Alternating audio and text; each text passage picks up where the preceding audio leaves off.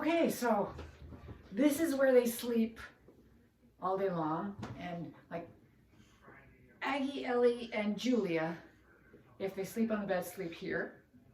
And Tanner sleeps by my pillow. So that's where how they divide it up. So that's how they sleep here. So basically I vacuum the whole thing. This is in the daytime. At night, they sleep all over, okay? So the whole thing gets vacuumed once a day. Yeah, it works. It keeps it, well, not hair-free, but less hair than if I didn't vacuum it.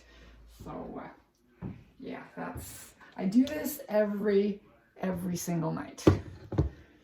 Before I do anything else, I vacuum the bedspread just because it has to be done. It has to be done, otherwise it gets way too hairy. Yeah, wonderful. Once a day. Vacuum the bedspread.